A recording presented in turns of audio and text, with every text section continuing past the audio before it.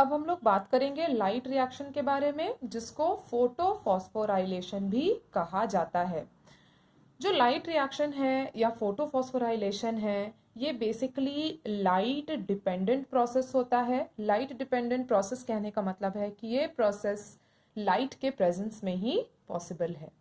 अब light reaction के समय में हम दो पॉसिबल रूट देख सकते हैं इलेक्ट्रॉन फ्लो का, यानी कि इलेक्ट्रॉन जब प्राइमरी इलेक्ट्रॉन एक्सेप्टर की ओर बढ़ेगा तो ये दो रास्ते से जा सकता है। पहला नॉन साइक्लिक फोटोफॉस्फोराइलेशन और दूसरा साइक्लिक फोटोफॉस्फोराइलेशन। तो अब हम लोग आगे आगे देखेंगे कि नॉन साइक्लिक फोटोफॉस्फोराइलेशन में क्या क्या मैकेनिज्म इन्वॉल्व है और साइक्लिक फोटोफॉस्फोराइलेशन में क्या मैकेनिज्म इन्वॉल्व है। तो अब हम लोग देख लेते हैं नॉन साइक्लिक फोटोफॉस्फोराइलेशन होता क्या है और इसमें क्या क्या मैकेनिज्म इन्वॉल्व है। सबसे पहले तो हम ये जान लेते हैं कि नॉन साइक्लिक फोटोफॉस्फोराइलेशन को जेड स्कीम भी कहा जाता है।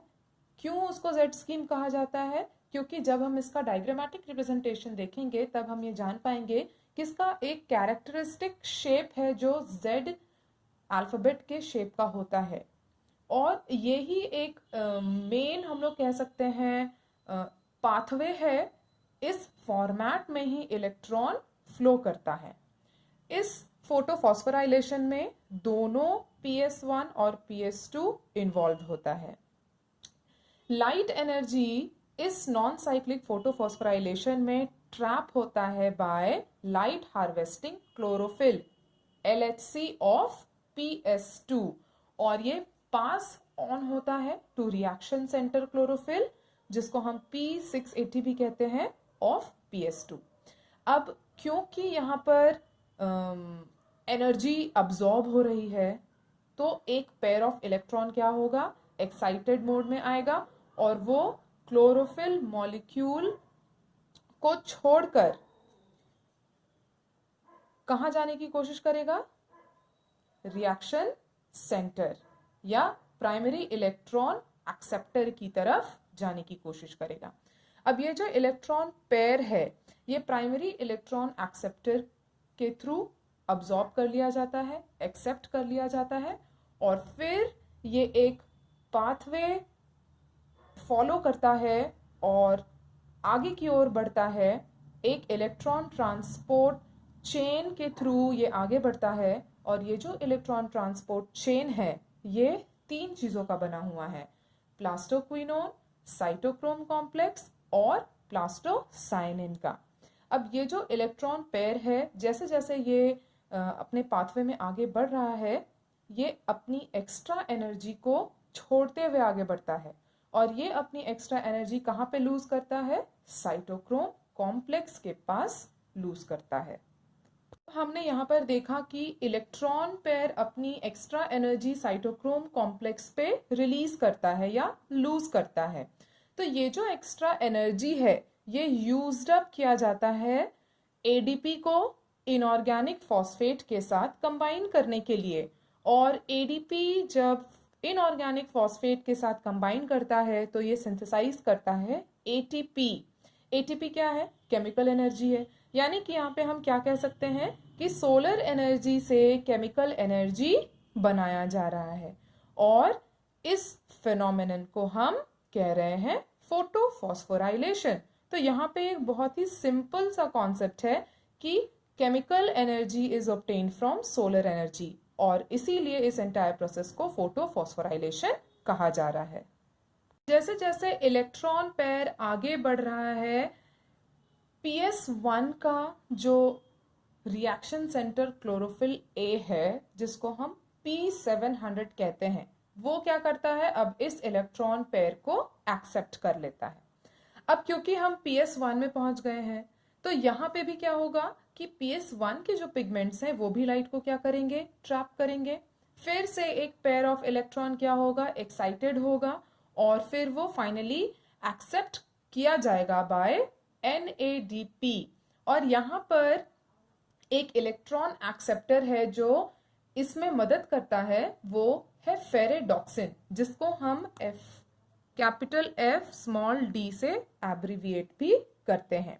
अब इस पूरे प्रोसेस में हम एक चीज क्या देखते हैं कि जो इलेक्ट्रॉन है PS2 से जो इलेक्ट्रॉन एक्साइटेड होकर पास ऑन हुआ इन PS1 वो कभी भी वापस PS2 में नहीं जाता है।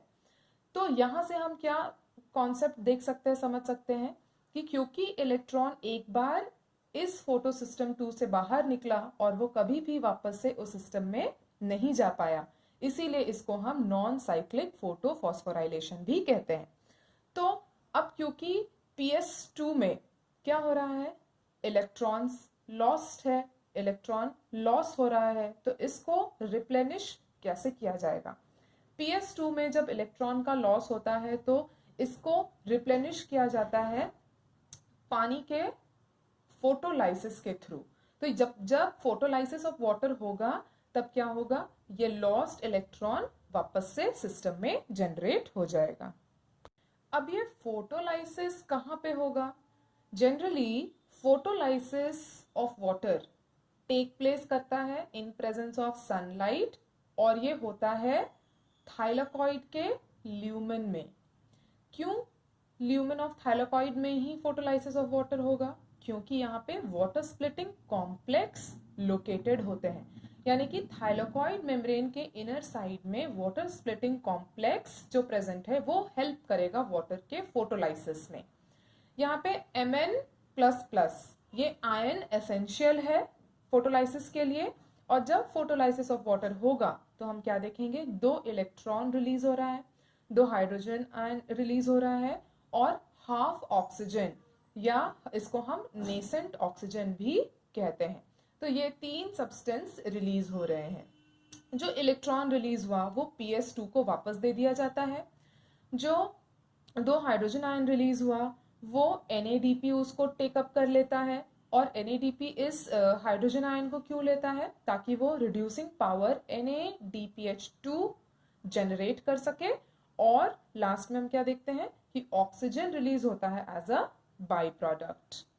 यहाँ पर हम कह रहे हैं कि एक रिड्यूसिंग पावर है जो जनरेट हो रहा है NADPH2, और इससे थोड़ी देर पहले हमने देखा था कि जो एक्स्ट्रा एनर्जी साइटोक्रोम कॉम्प्लेक्स के पास इलेक्ट्रॉन ने लूज किया था वो यूज अप हुआ था ADP और इनऑर्गेनिक फॉस्फेट को कंबाइन करके ATP सिंथेसाइज करने के लिए।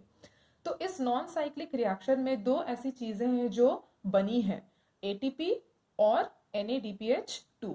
ये दोनों अब क्या होता है, यूटिलाइज किया जाता है ड्यूरिंग डार्क रिएक्शन। तो अभी आप लोग अपने स्क्रीन पर नॉन साइक्लिक इलेक्ट्रॉन फ्लो का डायग्रामेटिक रिप्रेजेंटेशन देख सकते हैं। किस तरह PS2 लाइट अब्सॉर्ब करता है, पेयर ऑफ इलेक्ट्रॉन का एक्साइटमेंट होता है, primary acceptor pair of electron को एक्सेप्ट करता है, फिर किस तरह से हाई एनर्जी लेवल से लो एनर्जी लेवल की तरफ इलेक्ट्रॉन पास ऑन करता है। जो इलेक्ट्रॉन एक्साइटेड फॉर्म में था वो नीचे की ओर गिरता है टुवर्ड्स द ग्रेडियंट और एक्स्ट्रा एनर्जी को लूज करता है साइटोक्रोम कॉम्प्लेक्स के पास, और इस एक्स्ट्रा एनर्जी से ATP का जनरेशन होता है। उसके बाद जब हम PS1 सिस्टम में आते हैं तो यहाँ पे भी हम देख सकते हैं कि किस तरह से लाइट अब्सॉर्ब हो रहा है, इलेक्ट्रॉन एक्साइट हो रहा है, प्राइमरी एक्सेप्टर उसको एक्सेप्ट कर रहा है, और फिर से किस तरह इस हाई एनर्जी का डाउनफॉल हो रहा है, और यहाँ पर अब काम कर रहा है फेरोडॉक्सिन।